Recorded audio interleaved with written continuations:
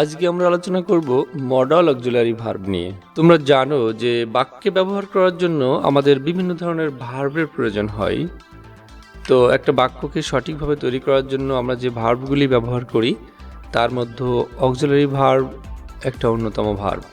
আজকে আমরা auxiliary verb কি প্রথমে সেটা একটু দেখে আসি, বা অক্সিলারি ভার্বের সংজ্ঞাটা কি, কাকে বলে। সাধারণত যে সকল ভার্ব বা ক্রিয়ার সরাসরি অর্থ হয় না সে সকল ভার্বকে অক্সিলারি ভার্ব বা সাহায্যকারী ক্রিয়া বলে। অর্থাৎ তোমরা বুঝতে পারছো, বাক্যের ভিতরে ব্যবহৃত এমন কতগুলো ভার্ব আছে যেগুলো সরাসরি কোনো অর্থ প্রকাশ করে না, সেই ভার্বগুলি হচ্ছে সাহায্যকারী ক্রিয়া। কারণ তারা সাহায্য করতে আসে মূল ক্রিয়াকে, এই জন্য তাদেরকে সাহায্যকারী ক্রিয়া বলা হয়। বাক্যে ব্যবহৃত অন্য সকল ভার্ব ও সাবজেক্ট বা অবজেক্টকে সাহায্য করতে আসে বলেই এদেরকে সাহায্যকারী ক্রিয়া বলা হয়ে থাকে। তো এই অক্সিলারি ভার্বের ভিতরে যে অক্সিলারি ভার্বগুলো সাবজেক্ট এবং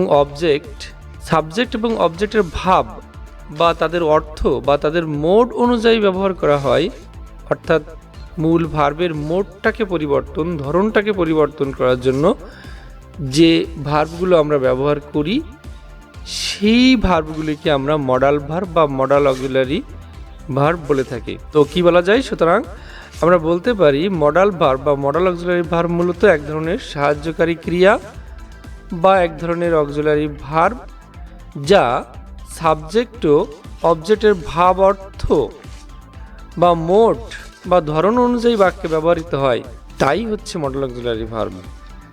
তো আমরা মডাল অক্সিলারি ভার্বের আরেকটা সংজ্ঞা দেখে আসি, চলো।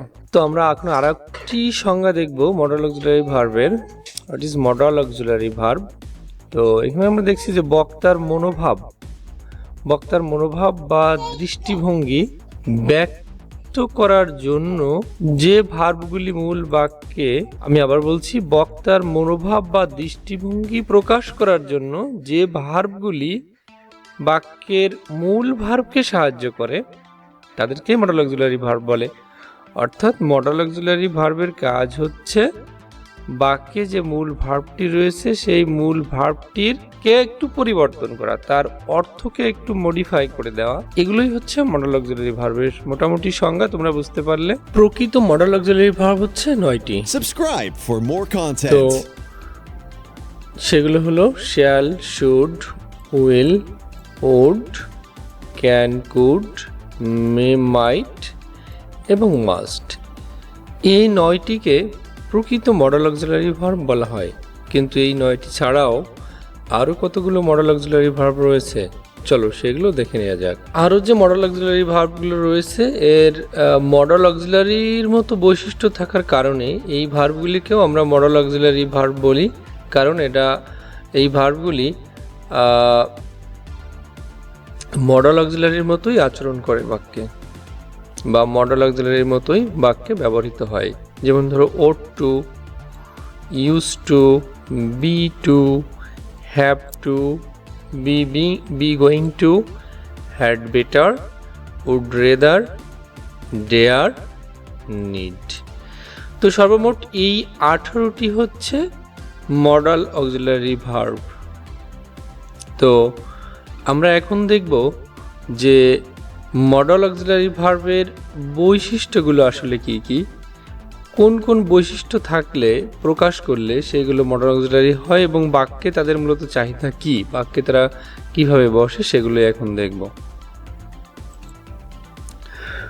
তো মডাল অক্সিলারির মেইন যে বৈশিষ্ট্যগুলো হচ্ছে সেগুলো তোমরা একটুখানি খাতায় লিখে নিতে পারো অথবা দেখে নিতে পারো বা মনেও রাখতে পারো।